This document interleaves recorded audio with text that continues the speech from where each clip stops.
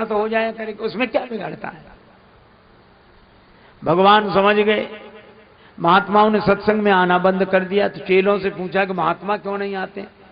बोले इन लोगों की एक गोष्ठी हुई है कि हम सब विवाह करना चाहते हैं लेकिन इतनी कन्याएं मिलेंगी कहां से। एक महात्मा ने कहा एक काम करो, क्या। बोले पहाड़ की शिलाएं ले आओ और एक एक शिला काट छांट कर नाक नक्शा बनाकर तैयार करो। एक दिन राम जी को बुला लेंगे और वो राम जी चरण छुलाते चले जाएंगे, सब शिलाएं सुंदर वधुएं हो जाएंगी। बोले बड़ा अच्छा विचार। सो बोले महात्मा तो शिला की खुट-पुट कर रहे हैं। भगवान ने सोचा गलत संदेश चला गया। तो राम जी ने ये लीला ही इसीलिए रची, श्री सीता जी के वियोग की कल्पना। और राम जी लगे रोने और जोर जोर से रोए, जबकि पता है कि सीता जी कहाँ है। और जब राम जी को रोते सुना तो महात्मा बोले कौन रो रहा है। बोले राम जी रो रहे हैं। क्यों रो रहे हैं। बोले उनकी परिणीता सीता जी का हरण हो गया। महात्मा बोले तो क्या विवाह के बाद रोना भी पड़ सकता है। तो कहा कि जब भगवान रो रहे हैं तो तुम किस खेत की मूली हो। तो महात्मा ने बोले हटाओ हटाओ, ये शिलाएं फेंक दी। बोले ऐसे ही ठीक। और आगे जाके राम जी बहुत हंसे। उनको लगा कि हमारे रोने की लीला से इन महात्माओं का सदा सदा का रोना समाप्त हो गया। ये करुणा निधान भगवान की लीला है। और ये मेरी अपनी कल्पना नहीं, तुलसीदास जी ने लिखा है। बिंद के वासी उदासी तपोव्रत धारी, महाबिनु नारी दुखारे, गौतम तीय तरी तुलसी सुकथा सुनिभे मुनि वृंद सुखारे, हुई है शिला सब चंद्रमुखी पर से पद मंजुल कंज तिहारे, और कीनी भली रघुनायक जो करुणा करी कानन को पग धारे। तो भगवान की लीला है। आगे जटायु जी मिले। जटायु जी के माथे पर भगवान ने हाथ रखा। निरख राम छवि धाम मुख विगत भई सब पीर, और सीता जी का संदेश उन्होंने सुनाया। भगवान बोले कुछ दिन जीवित रहो। जटायु जी बोले कि नहीं। अच्छा नहीं रह सकते जीवित, मुझे नेत्रों में रखकर प्राण ही देना चाहते हो तो वरदान मांगो। मांगो वरदान प्रिय तात बिछुरती बार देगो सब हारी, ये राम रुचि तुम्हारी में देंगे कहा आप रहा पास क्या तुम्हारे नाथ देखूं महाराज को विराग भेषधारी में, जानते नहीं हो कौशलेश रमेश हूं मैं अखिल भुवनेश वैकुंठ को बिहारी में। जटायु जी बोले क्या दोगे। अरे बोले ये तो मेरी लीला है पर मैं वैकुंठाधिपति हूं। जटायु जी बोले सो तो सब ठीक, लेकिन गोद ले लिया या गृद्ध को विनीत याते, प्रभु की संपत्ति को भयो हूं अधिकारी मैं। जटायु जी ने देह त्याग किया अविरण भक्ति का वरदान मांगकर, और उनकी अंतिम क्रिया भगवान करते हैं। उसके बाद भगवान को कबंध आदि राक्षस तो मिले, पर एक ऐसा राक्षस मिला जिसकी सिर ही नहीं है। दुर्वासा ने मुझे श्राप दिया। भगवान ने कहा गंधर्व सुनो, मुझे ब्राह्मणों का विरोधी सहन नहीं होता। और वहां भगवान ने ऐसी बातें कही, पूजिए विप्रशील गुणहीना शूद्र न गुणगण ज्ञान प्रवीणा। बहुत लोगों को आपत्ति होती है, पर आपत्ति की कोई बात नहीं। रामचरितमानस की कथा का मर्म समझना चाहिए। भगवान ये किसे कह रहे हैं। उस कबंध को जिसके सिर ही नहीं है। और सिर क्या है कि ब्राह्मण मुखमासीत बाहु राजन्य कृता, कहते श्लोक है। एक सज्जन हमसे बोले आपके हिंदू धर्म में आपकी संस्कृति में शूद्रों को छूना पाप बताया, वे अछूत हैं, शूद्र अछूत हैं। हमने कहा ना, व्याख्या गलत हुई है। हमारी संस्कृति में शूद्र अछूत नहीं है। बोले इसका प्रमाण। हमने कहा जिस संस्कृति में चरण ही छुए जाते हो वहां शूद्र अछूत कैसे होंगे। शूद्र चरण है, या चरण ही छुए जाते हो और सिर रखा जाता है चरणों में। शूद्रो पदो भी जायते। समाज में तो ये चार वर्ण हैं, लेकिन भगवान ने शरीर में ये चारों वर्ण किए हैं। ये सिर ब्राह्मण का रूप है, सारा ज्ञान इसी को है। हाथ क्षत्रिय हैं, सिर पे लाठी मारे तो हाथ, पेट पर लाठी मारे तो हाथ, चरणों पर तो हाथ, ये क्षत्रिय। और उधर वैसे गुप्त है, ये गुप्ता जी, इनकी फैक्ट्री चलती रहती भीतर ही भीतर, और इनसे तीनों को शक्ति मिलती है, सिर को, हाथों को, चरणों को।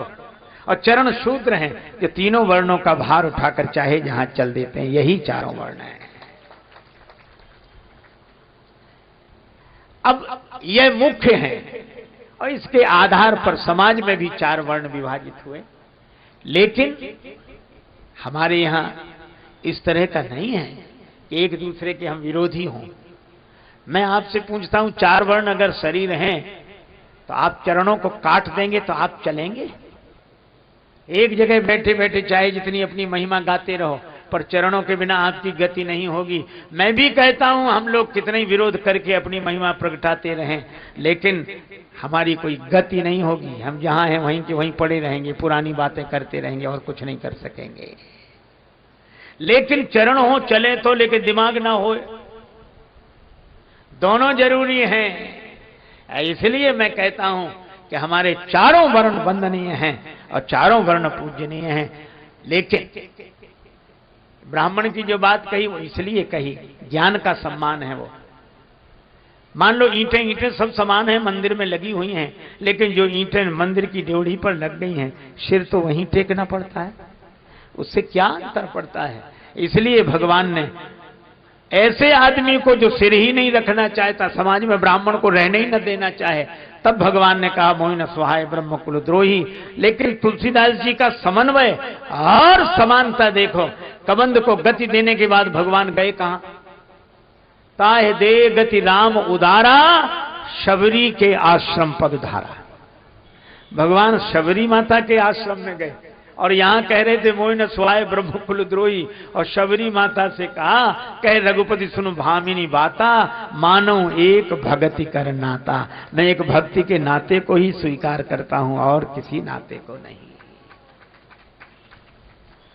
और इसीलिए मुझे लगता है कि हमारे यहां तीन हैं, धर्म, भक्ति और ज्ञान।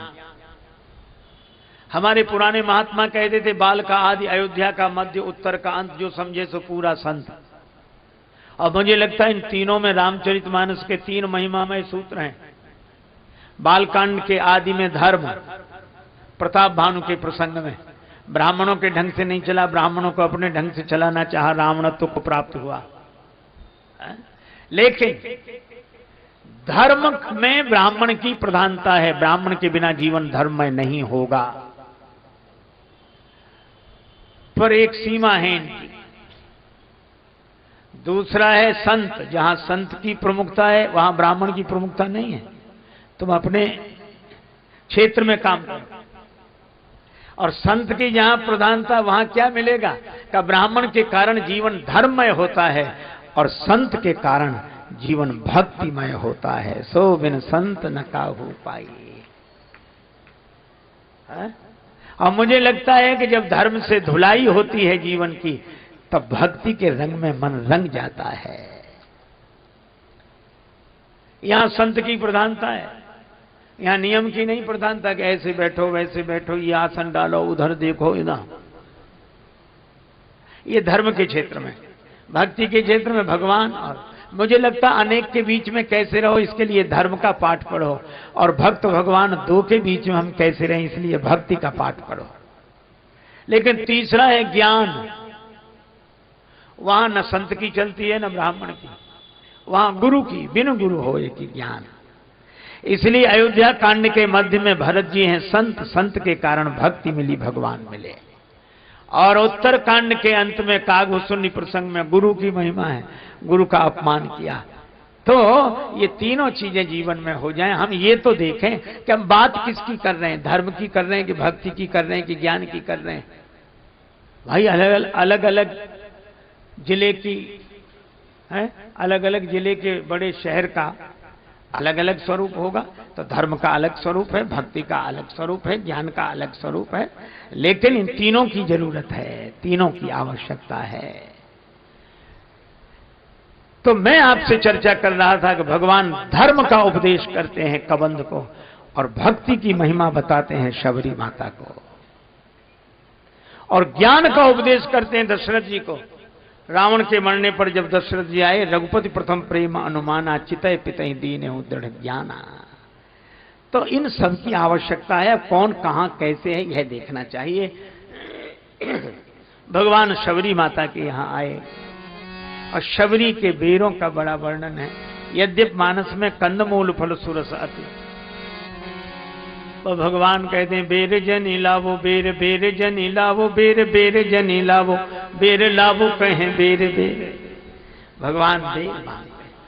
आयुर्वेद कहता है धात्री फलम सदा पथ्यम कुपथ्यम बदरी फलम।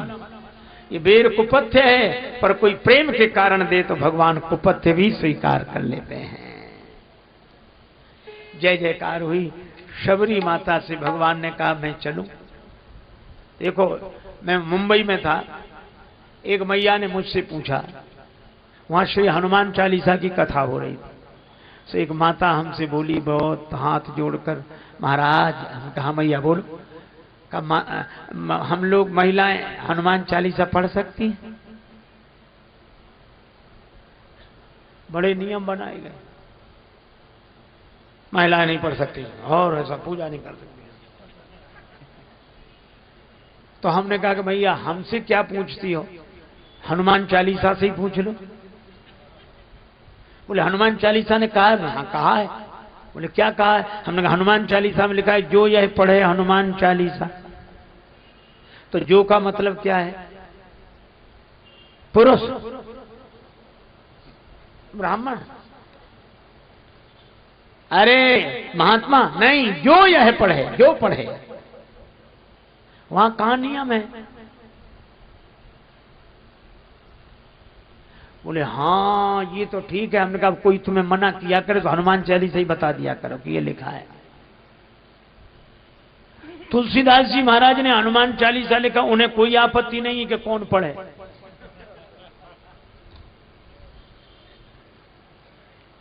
और आपत्ति उन्हें है जिन्होंने लिखा ही नहीं है। बल्कि जब ये लिखा गया था तो आपत्ति करने वाले ही लोग उस समय भी विरोध कर रहे थे, क्यों लिखा, और लिख गया तो बहुत बढ़िया है, लेकिन अब आपत्ति है।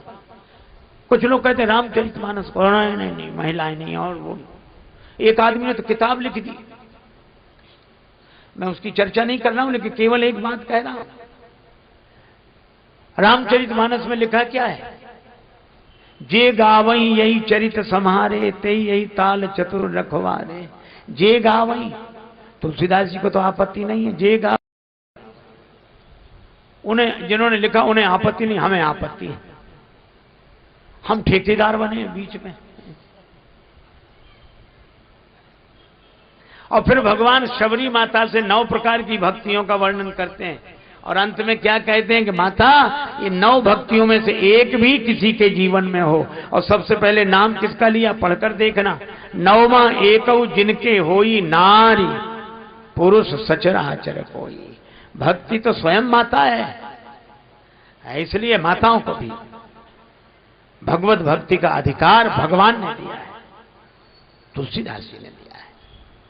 भगवान बोले मां मैं चलूं, शबरी बोली अभी नहीं, आपके पहले मैं चलूं। भगवान को देखते देखते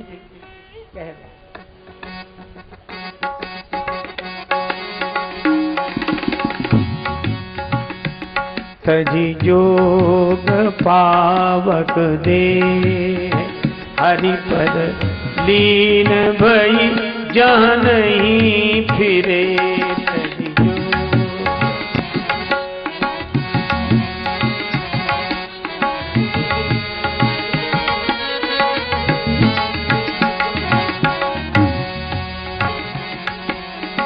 तजी जोग पावक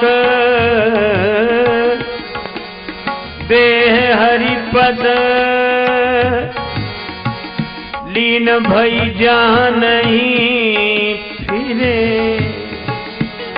तजी जोग पावक दे हरिपद लीन भई जहाँ नहीं फिरे।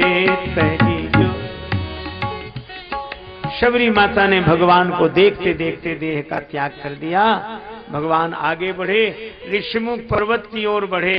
सुग्रीव जी ने देखा, भय लगा। श्री हनुमान जी से कहा कि आप जाकर देखो, आप समाचार देना। और यही मुझे लगता है कि भगवान को देखना हो तो सदगुरु की दृष्टि से देखना चाहिए।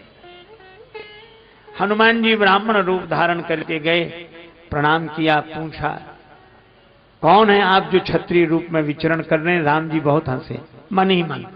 हनुमान जी भेष तो बड़ा अच्छा बनाया, हर कोई कह देगा कि बिल्कुल ब्राह्मण देवता, पंडित जी हो, ब्राह्मण हो, लेकिन इतनी बड़ी गलती कर दी कि साधारण आदमी भी कह देगा कि ब्राह्मण नहीं। क्यों? मुझे क्षत्रिय कह रहे हो सिर झुकाकर, वो ब्राह्मण कैसा जिसका सिर क्षत्रिय के आगे झुक जाए? ब्राह्मण कैसा जिसका सिर क्षत्रिय के आगे झुक जाए? बड़ा हनुमान जी भी मन ही मन खुश हुए, बोले प्रभु आपको क्या लगता है? राम जी बोले बने बनाए ब्राह्मण हो, असली नहीं हो,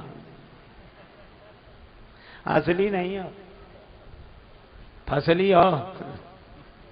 क्षत्रिय को देखकर सिर झुक गया, कैसे? काहे कि ब्राह्मण। तो हनुमान जी भी मुस्कुरा कर बोले ये तो ठीक है कि हम ब्राह्मण इसलिए नहीं लग रहे क्योंकि क्षत्रिय के आगे सिर झुक गया, लेकिन महाराज अगर हम ब्राह्मण नहीं है तो आप भी क्षत्रिय नहीं हो। बोले तुमने कैसे जाना कि हम क्षत्रिय नहीं है? हनुमान जी बोले वो क्षत्रिय कैसा जिसका सिर ब्राह्मण के आगे ना झुके, तो आपका भी तो नहीं झुका। तो अगर हम ब्राह्मण नहीं है, बने बनाए हैं, तो आप भी क्षत्रिय नहीं हो, बने बनाए हो। हम आपके भक्त का काम बनाने के लिए ब्राह्मण बनकर आए और आप धरती का भार उतारने के लिए क्षत्रिय बनकर आए। भगवान ने अपने को छिपाया, हनुमान जी ने पहचान लिया। उस जमाने की बात है जब संत भी छिपाते थे, भगवंत भी छिपाते थे। हनुमान जी भी अपने को छिपाए हैं, भगवान भी अपने को छिपाए हैं। हनुमान जी ये स्वीकार नहीं कर रहे कि हम संत नहीं, हम नहीं, और भगवान भी छिपाए हैं। आनंद ही और था, तब अब जमाना बदल गया है, कोई बात नहीं, बदलता रहता है। पहले छिपाते थे, आजकल छपाते हैं, बस ज्यादा अंतर नहीं, थोड़ा मात्रा इधर की उधर हो गई। एक महात्मा से किसी ने कहा कि महाराज आप अपनी जीवनी बताओ, जीवनी लिखा।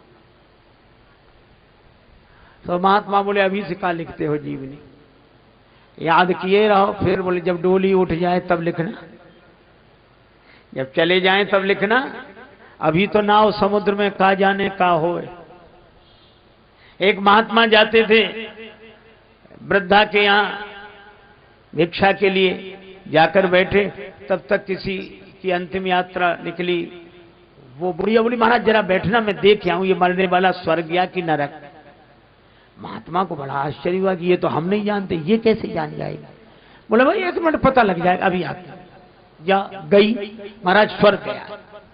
महात्मा बोले तूने कैसे जाना? अरे बोले महाराज इसमें कोई बड़ी भारी बात थोड़ी, जिसके पीछे हजारों लोग रोते जा रहे हैं, बड़ा अच्छा आदमी था, चला गया, समझ लो वह स्वर्ग गया है, अच्छा काम किया इसलिए। और जिसके पीछे कई लोग जबरदस्ती भला मरा, सबको परेशान, अच्छा बढ़िया, तो यहां परेशान कर दो, नरक ही गया, ऐसा कहां स्वर्ग जाए।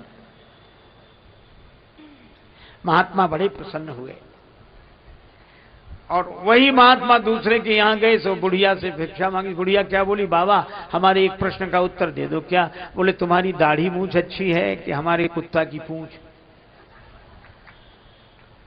बाबा थे माधवदास जी महाराज वृंदावन। सो बाबा हंसते, अरे भैया फिर कभी कभी उत्तर नहीं दिया। तुम्हारी दाढ़ी मूंछ अच्छी कि मेरे कुत्ता की पूंछ अच्छी? कोई उत्तर नहीं। एक दिन पता लगा कि बाबा ने शरीर छोड़ दिया। सो बुढ़िया दरवाजे पे आके खड़ी हो गए, विमान जा रहा है, उतारो। हमें उत्तर नहीं दिया, उत्तर दिए बिना कैसे जा रहे, देना पड़ेगा। अरे कहा कि बाबा गए, बोल नहीं उतारो, उतार दिया। सो चरण पकड़ लिए, हिलाने लगी, बाबा उत्तर दो। अब चरण ही पकड़ लिए तो बाबा के शरीर में प्राण आ गया। बाबा उठकर बैठ गए, बोले मेरा तो एक ही सवाल है कि जाते जाते ये बताओ मेरे कुत्ता की पूंछ अच्छी कि तुम्हारी दाढ़ी मूंछ अच्छी? सो बाबा अपनी दाढ़ी मूंछ पे हाथ फेर के बोले कि तेरे कुत्ता की पूंछ से तो 100 गुनी मेरी दाढ़ी मूंछ अच्छी है। तो बुढ़िया बोली बाबा ये तो मैं भी जानती थी, पर आपने उत्तर दिया क्यों नहीं? जिंदगी भर उत्तर नहीं दिया। बाबा बोले अगर मैं उत्तर देकर ये कह देता कि मेरी दाढ़ी मूंछ अच्छी है और मुझे अभिमान हो जाता तो भगवान की लीला कोई नहीं जानता, कोई ना कोई काम ऐसा हो जाता मेरे द्वारा कि तेरे कुत्ता की पूंछ अच्छी हो जाती है। लेकिन अब ज्यों की त्यों धर दी नी चदरिया, तो अब मैं कह रहा हूं कि मेरी दाढ़ी पूंछ अच्छी है। और इसीलिए छिपा कर रखते थे। छोटा सा पौधा, उसके पास आसपास घेरा लगाना पड़ता है, नहीं तो बकरियां चर जाएंगी। हाँ, वो विशाल वृक्ष बन जाए तो हाथी बंधे रहते हैं।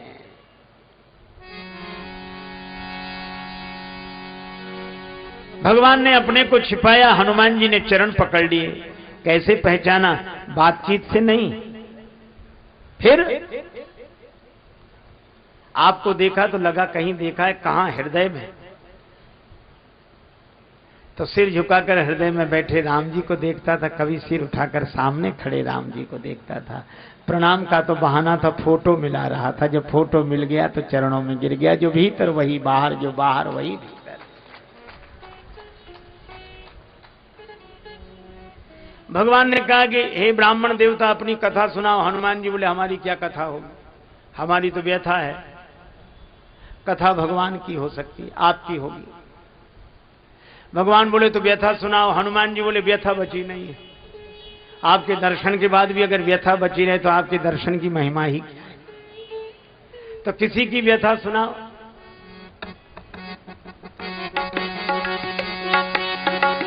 नाथ शैल पर कपिपति शैल पद कपिपति रहे, सो सुग्रीव दास तव आई। सो सुग्रीव दास तव आई। सही सननाथ मैत्री कीजे, दीन जाने ते अभय करीजे। दीन जाने ते अभय करीजे।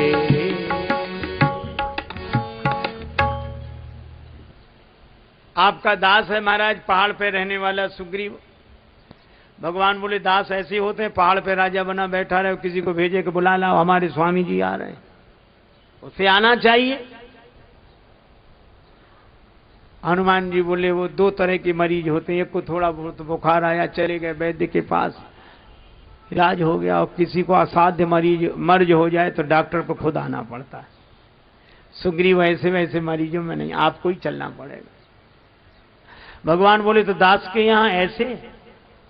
कहा कि आप रिश्ता बदल लो। क्या करें? बोले, दास को मित्र बना लो। मित्र के यहां निमंत्रण की कोई जरूरत नहीं। तई सन्नाथ मैत्री कीजिए, मित्रता करो। दीन जानते ही अभय करीजिए, है मैत्री। भगवान ने कहा, पर दास की जगह तो खाली हो जाएगी। हनुमान जी बोले, यही तो हम चाहते कि दास की जगह खाली हो जाए। क्यों? बोले, दास की जगह दास को दे दो, सुग्रीव को मित्र बना लो। हनुमान जी ने अपनी पीठ पर भगवान को बिठाया। आप चित्रों में देखते हैं, उनके कंधे पर बैठे श्री राम लक्ष्मण। हनुमान जी उड़े। भगवान बोले, बड़ा डर लगता है, एक तो तुम पवन पुत्र पहाड़ की चढ़ाई गिरोगे तो हमको भी लेकर गिरोगे। हनुमान जी बोले, जब किसी के कंधे पर बैठकर कोई डरता है तो दोनों आंख मूंद कर उसका सिर पकड़ लेता है कि तुम्हारे ही सिर पड़े, चाहे गिरावो चाहे पहुंचावो।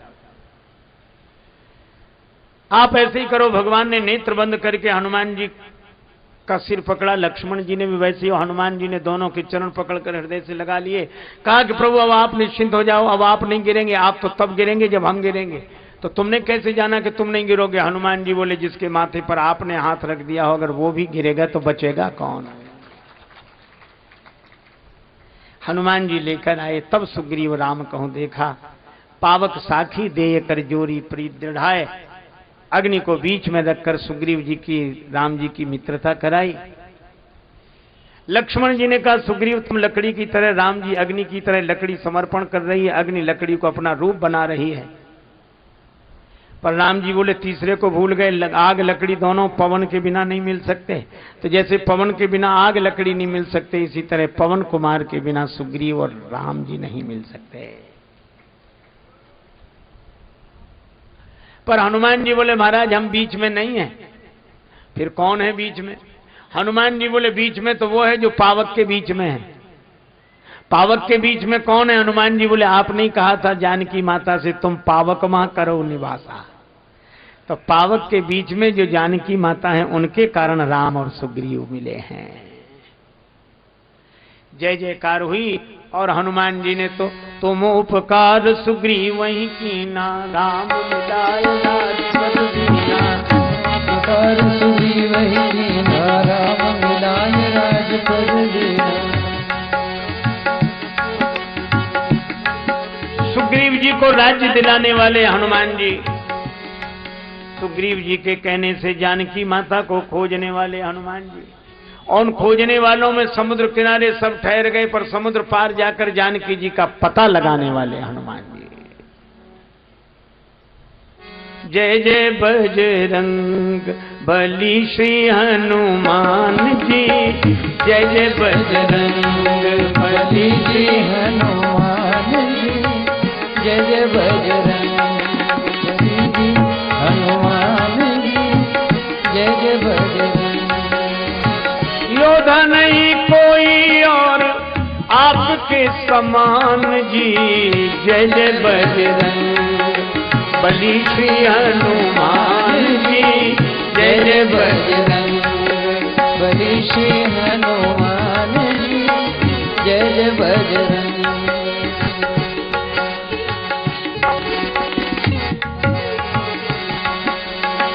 जय जय बजरंग बली श्री हनुमान जी।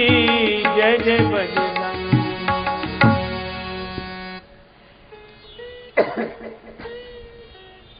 सीता जी का समाचार लाने वाले हनुमान जी, राम जी लक्ष्मण जी को लेकर जाने वाले हनुमान जी। युद्ध हुआ बड़ा भयंकर, पर सारे युद्ध में महिमा हनुमान जी की। बंधता नहीं सागर पाहन से दल बानर भालू कहाँ लगी ढोते। सत जोजन सिंधु तरंग तरंगित जान के जान कोई नहीं खोते। रहते रघुवीर अधीर पुनि बनवासी बने सिय वियोग में रोते। गढ़लंक निशंक अजय रहता हनुमान हठी जो सहाय न होते। जय।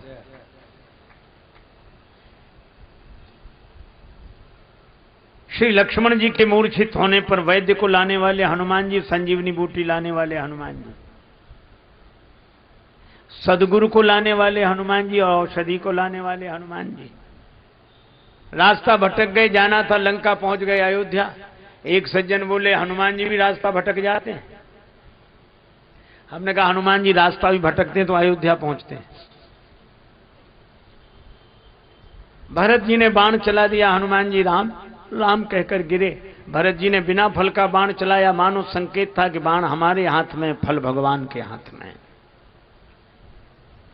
हनुमान जी गिरे, राम राम कहकर भरत जी को लगा अपराध हो गया।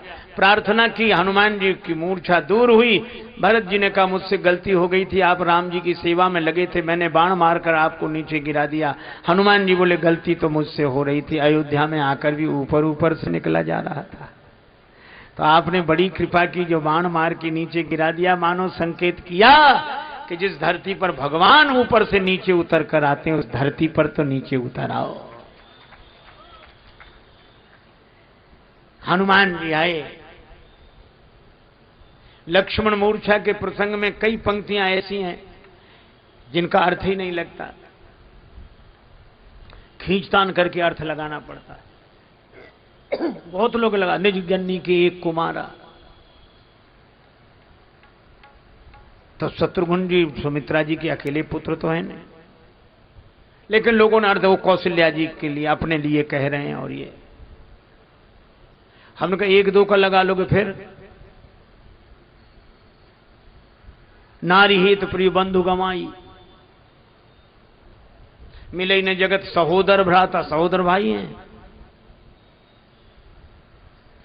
कैसे कैसे अर्थ लगाओगे? अरे हमने कहा अर्थ लगाने की जरूरत नहीं है। क्यों नहीं है? आप इस प्रसंग के बाद में पढ़ो क्या लिखा है। प्रभु प्रलाप सुनि कान विकल भये बानर निकर। प्रलाप है, विलाप नहीं। दुख की दोनों अवस्थाएं हैं, पर विलाप तब जब आदमी को होश रहे कि मैं क्या कह रहा हूं, और प्रलाप तब जब दुख की इतनी अति हो जाए कि होश ही न रहे कि क्या कह रहा हूं। भगवान के दुख की वह दशा है कि विलाप नहीं, प्रभु प्रलाप सुनिकान, और प्रलाप तो अनर्गल होता ही है। विकल भये बानर निकर आए गए हनुमान, जिम करुणा महावीर रस। वैद्य ने उपाय किया, लक्ष्मण जी की मूर्छा दूर हुई, भगवान ने हृदय से लगाया, लक्ष्मण मेघनाद ये बाण तो विभीषण जी पर मार रहा था, तुम क्यों आगे हो गए?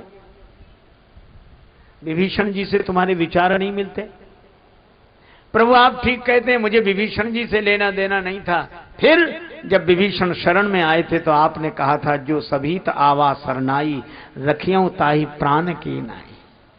तो मुझे लगा कि विभीषण जी आपके प्राण की तरह, और मेघनाद ने जब बाण का प्रहार किया तो मुझे लगा कि भगवान के प्राण पर बाण का प्रहार हो रहा है, और आपके प्राण पर बाण का प्रहार हो, ये लक्ष्मण कैसे सहन कर सकता है, इसलिए मैं आ गया। भगवान ने हृदय से लगा लिया। फिर भगवान कुंभकर्ण को मारने गए।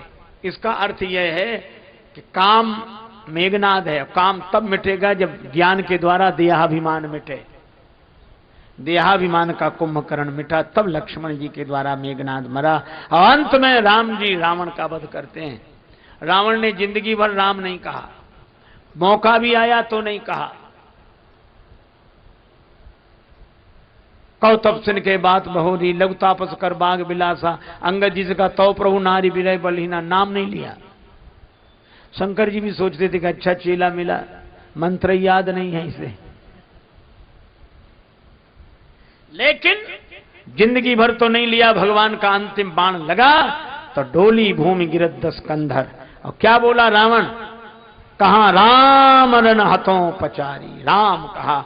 शिव जी बोले कि चलो चेले ने दीक्षा सफल तो कर दी।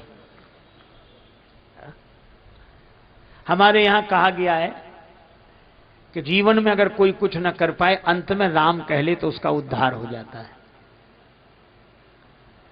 कई लोग खिल्ली उड़ाते हैं इस बात की, क्या कहते मालूम ये बेकार की बात है, मन को लुभाने की बातें हैं, कुछ नहीं होता ऐसा। जिंदगी भर पाप करो, अंत में राम कह लो तो कल्याण हो जाए ना,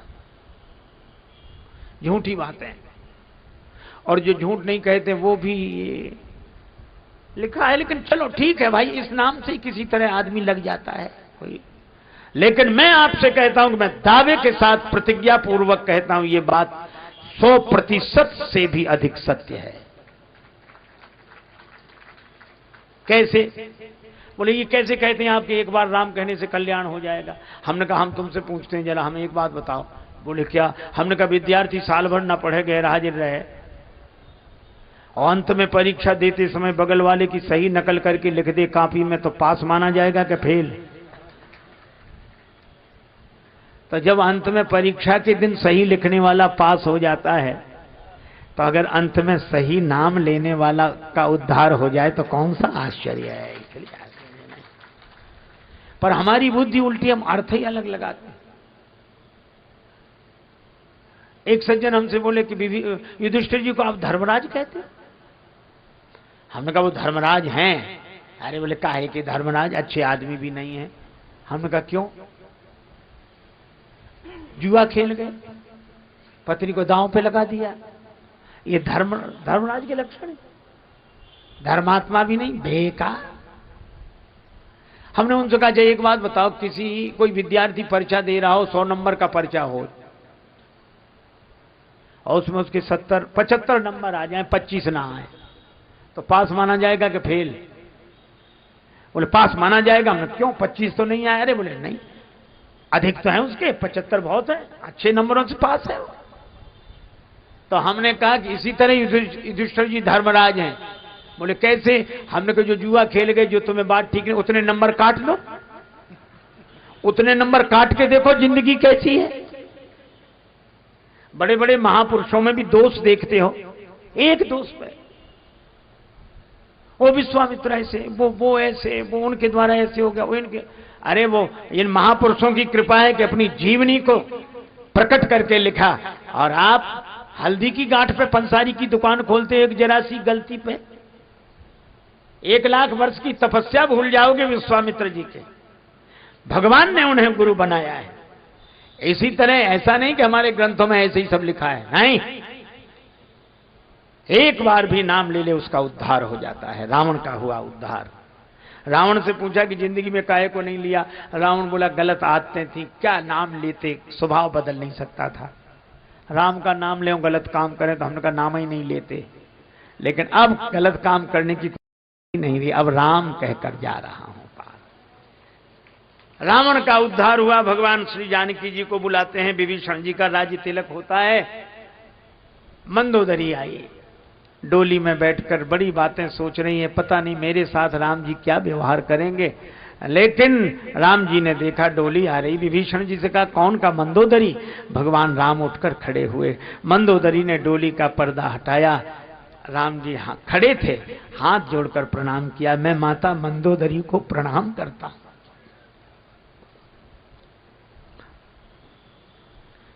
मंदोदरी ने कहा धन्यो राम त्वया जननी, धन्यो राम त्वया पिता।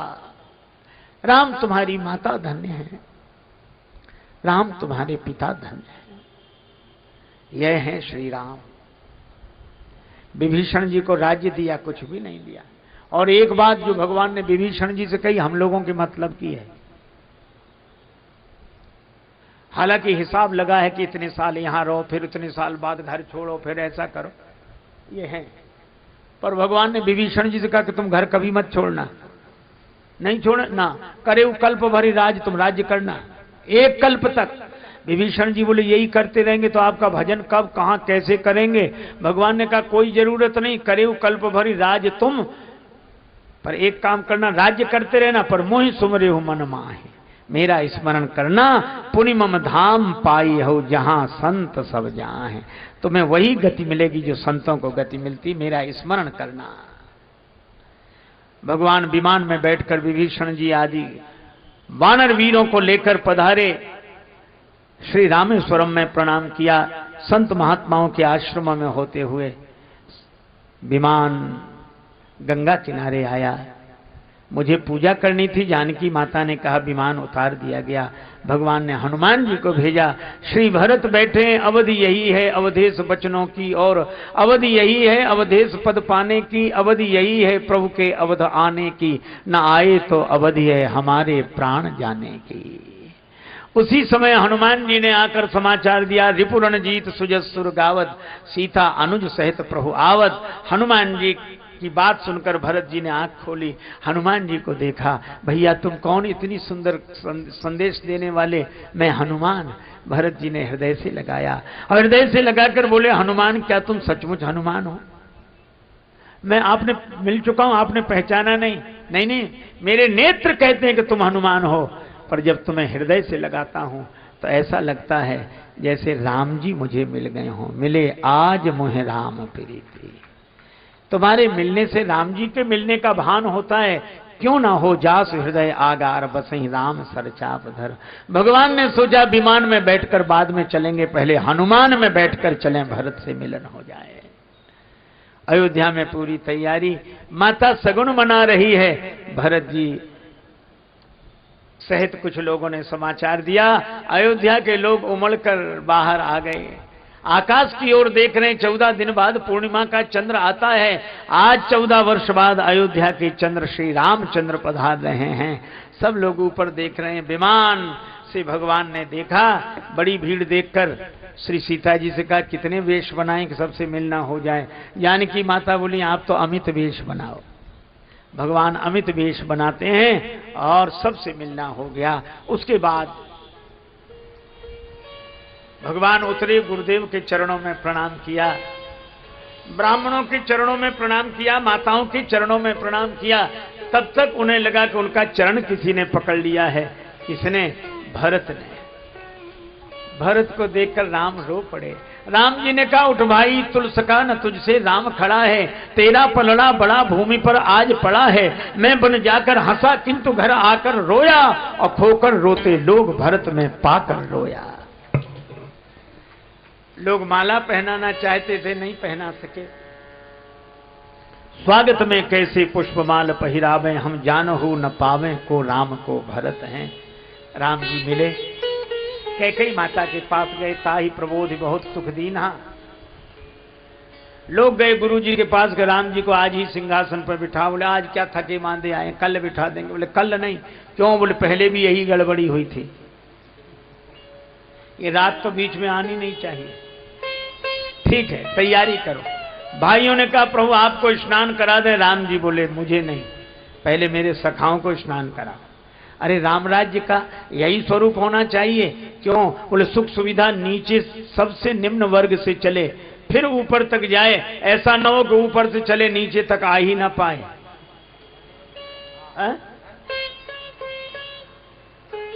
सखाओं का स्नान। फिर राम जी तीनों भाइयों को स्नान कराते हैं। करी मज्जन प्रभु भूषण साजे, अंग अनंग देख सत लाजे। सत्ता का प्रेमी नहीं, सेवा का प्रेमी होना चाहिए। और गुरुदेव का आज्ञा आदेश पाकर जटाएं बिबराई और स्नान किया। स्वावलंबन श्री सीता जी को सासू माताओं ने स्नान कराया। करी मज्जन प्रभु भूषण साजे, अंग अनंग देख सत लाजे। भगवान सिंहासनासीन हुए। श्री वशिष्ठ जी ने तिलक किया, ब्राह्मणों ने को आदेश दिया, उन्होंने तिलक किया। जय जयकार हुई। लेकिन मैं कहता हूं कि राम जी जैसा चरित्र की एक विशेषता है, एक ऐसी विशेषता है जो किसी में नहीं है, मुझे नहीं दिखाई पड़ी।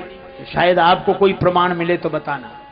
राम जी के पूर्व भी अनेक महिपाल हुए जिनका कि इतिहास में उल्लेख, राम जी के पूर्व भी अनेक महिपाल हुए जिनका पुराणों में उल्लेखनीय नाम है। पुराणों में अनेक राजाओं का वर्णन है। और बाद में भी बादशाह, बेगम और भूप नृप हुए हैं, अनेक इतिहास में तमाम हैं।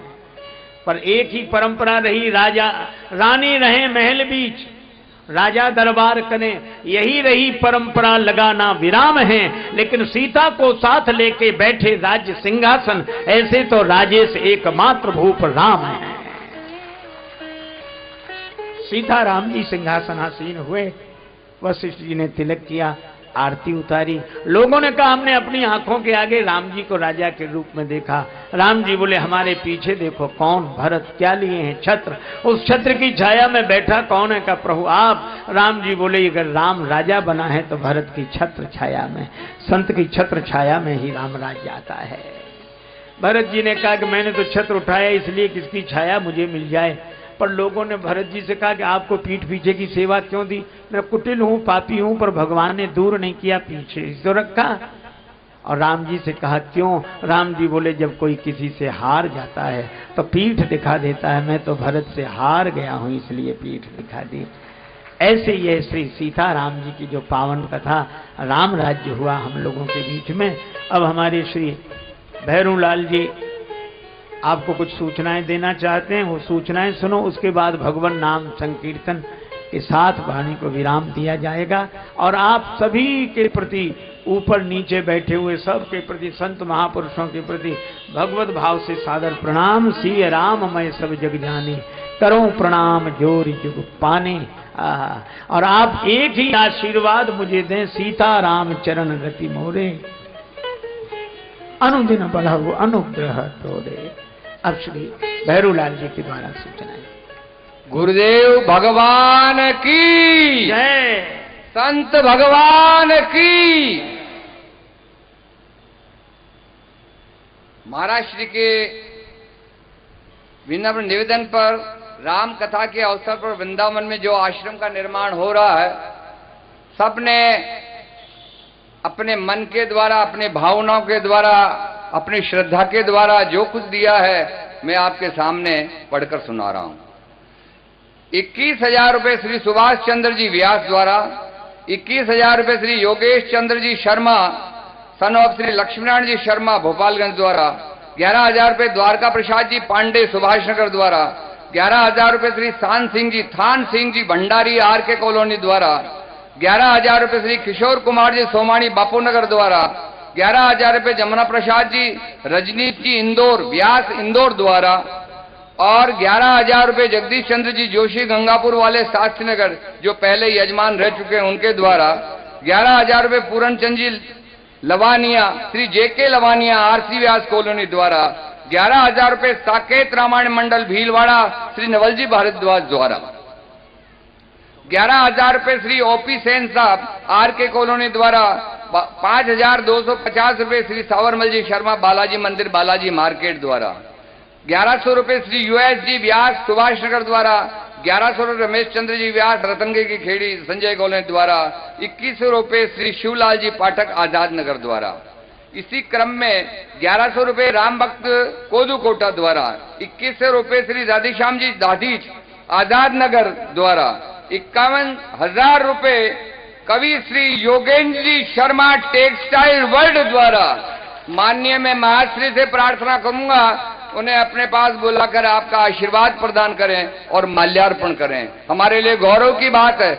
आप आश्चर्यजनक बात देखो, उन्होंने मुझे पूछा कितने रुपए हुए, मैंने कहा जी 1.5 लाख हुए। क्या 2 लाख नहीं हुए? मैंने कहा नहीं हुए अभी तक। जिस समय सुबह बात चल रही थी तो उनके भाव उद्गार हुए, आप 51,000 रुपये मेरे लिख दो, 2 लाख तो पूरे करो। ये उनके भाव हैं, बहुत बड़ी बात है। डॉक्टर सोहनलाल जी की स्मृति में संदीप दीपक पुरोहित द्वारा 1,100 रुपए श्री लक्ष्मीनारायण जी जेतलिया आरसी व्यास द्वारा 2,100 रुपए श्रीमती मधु त्रिपाठी आरसी व्यास द्वारा एक लिफाफा गिरजाकांत जी शर्मा शास्त्रीनगर द्वारा दिया गया, वो गुप्त है। 1,100 रुपए संदीप जी दीपक जी पुरोहित द्वारा 2,100 रुपए श्रीमती कमलाबाई श्री भंवरलाल जी डिकेन नीमच द्वारा 1,100 रुपए श्री देवकी नंदन जी शर्मा तिलक नगर द्वारा और अंत में 21,000 रुपए 4 बजा नाथ के नाम से भाई साहब ने दिए हैं। वो कहे मेरा नाम गुप्त रखना उनकी महानता है, बहुत बड़ी बात है। देखकर भी आप अनाम रहना चाहते हैं, बहुत बड़ी महानता है।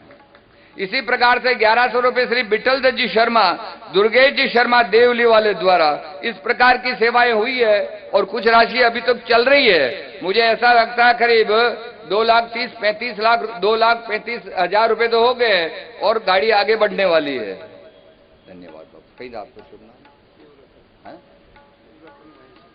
श्री शिवरतन जी महेश्वरी द्वारा 1,100 रुपए भेंट हुए हैं। अभी लोगों की भावना बन रही है, मैं जान रहा हूं कि अभी तो और ये थैले में पैसा आने वाला है। आपका भी साधुवाद। और जिन्होंने इतनी बड़ी सेवा की है महाराज के इस निर्माण में, मैं उनसे भगवान से प्रार्थना करता हूं श्री राम सरकार से कि आपके घर में हमेशा सुख शांति बनी रहे।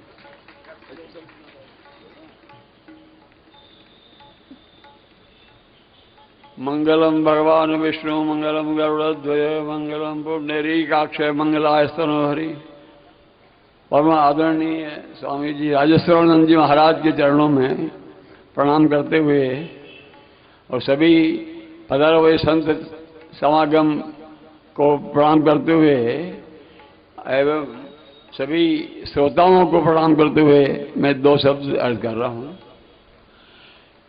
ये आयोजन भगवत कृपा से, प्रभु कृपा से, महाराज जी के आशीर्वाद से हुआ और इसमें जिन जिन साथियों का सहयोग रहा उन सभी का मैं आभार प्रदर्शन करता हूं और प्रभु उन्हें अपने उन्नति प्रदान करे, चरणों में रति प्रदान करे। मैं इस योग्य नहीं था कि ये आयोजन कर सकूं, या ये प्रभु कृपा और महाराज जी के आशीर्वाद से संभव हुआ है और ये आयोजन आज पूर्णता की ओर अग्रसर हो रहा है। इस अवसर पर मैं महाराज श्री का उन्हें भारी वचनों से अनुग्रह करता हूं कि फिर पधार करके और अनुग्रहित करे, इस भीलवाड़ा की धरती को पुण्य प्रदान करे। और सभी साथियों का मैं पुनः जो इस कार्य में सहयोग प्रदान करते रहे हैं उनका आभारी प्रदर्शन करता हूं और सभी श्रोताओं का भी पुनः गदगद स्वर से आभार प्रदर्शन करता हूं कि पधार करके महाराज जी के वचनों का श्रवण किया। और एक निवेदन यह है कि जो महाराज जी ने हमें उपदेश दिए, जो रामायण सुनाई, राम कथा सुनाई, उसमें जो हमें लगा हो उसे हृदयंगम करे, अच्छा लगा हो उसको हृदयंगम करके जीवन में उतारे, यही प्रभु प्रार्थना है। वो श्री स्वामी राजेश्वरानंद जी महाराज की जय। ओम शांति ही शांति ही शांति। द्वारा श्री दुर्गा शंकर जी तिवारी मंडल वालों को एक रामायण भेंट की है, तो महाराज श्री की यहां से ले जाए रामायण। श्री दुर्गा शंकर जी तिवारी मंडल।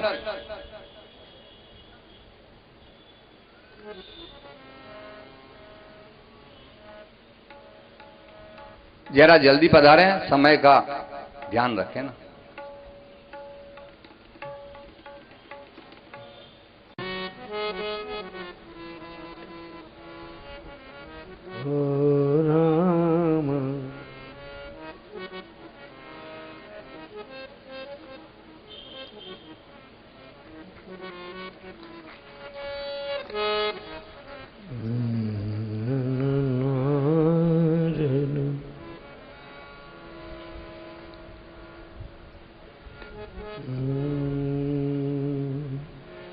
बहुत बहुत साधुवाद, आप सबको प्रणाम। जय जय श्री सीताराम। प्रीति पूर्वक लें भगवान का नाम।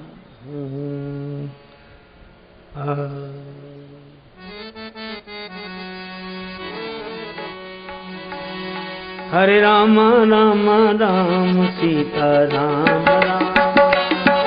हरे राम राम राम सीताराम राम राम।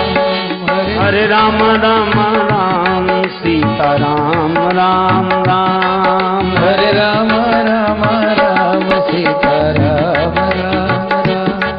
हरे राम राम राम सीताराम राम राम।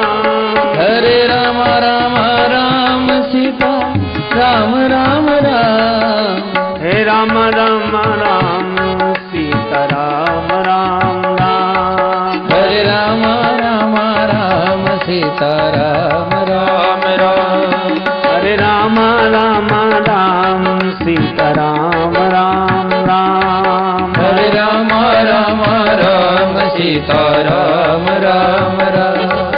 हरे राम राम राम सीताराम राम राम। हरे राम राम राम सीताराम राम राम। हरे राम राम राम सीताराम राम राम। हरे राम राम राम सीताराम राम राम। हरे राम राम राम सीताराम राम राम। हरे राम राम राम सीताराम राम राम। सीताराम राम राम। सीताराम राम राम। सीताराम राम राम राम राम। राम राम राम राम राम राम। श्री सीताराम जी महाराज की जय हो। सिय सिय सुमिरत राम जू सिय सुमिरत श्री राम। जुगल नाम राजेश जपि भगत लहें विश्राम। श्री हनुमान जी महाराज की जय। आप कुछ सुने श्री भैरूलाल जी बोल। प्रसन्नता की बात मैं ये बता रहा हूं कि जो नाम मैंने लिए वो तो है ही है, पर हरि की दयामयी जनक दुलारी की। सिंहासन सोहे युगल सरकार। सिंहासन सोहे युगल सरकार। परस पर हंसी हरत हर बार। परस पर हंसी हरत हर बार। मधुर कुछ बोल लेत मन डोल। ललित छवि प्रीतम प्यारी की। दयामयी जनक दुलारी की।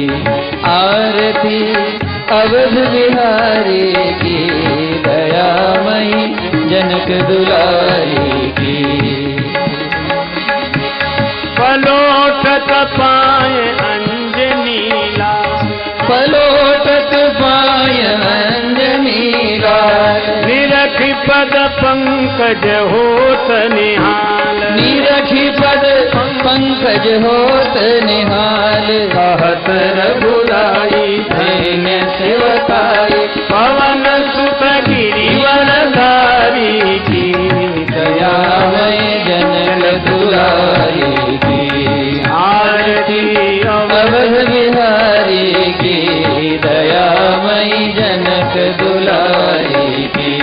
भरत जूठाणे भाव विभोर, भरत जूठाणे भाव विभोर, लखन रिपुत मन लाल कर जोर, लखन रिपुत मन लाल कर जोर, लखे मुख चंद लेत आनंद, धन्य शोभा धनुधारी की, दयामयी जनक दुलारी की, आरती अवध बिहारी की, दयामयी जनक दुलारी की।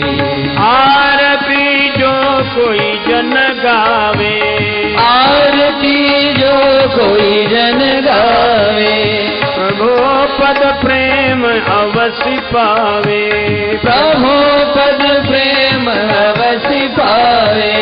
शरण राजेश में अवधेश, बोलिए जय भयारी की, दयामयी जनक दुलारी की, आरती अवध बिहारी की, दयामयी जनक दुलारी की, आरती अवध बिहारी की, दयामयी जनक दुलारी की, दयामयी जनक दुलारी की, दयामयी जनक दुलारी की।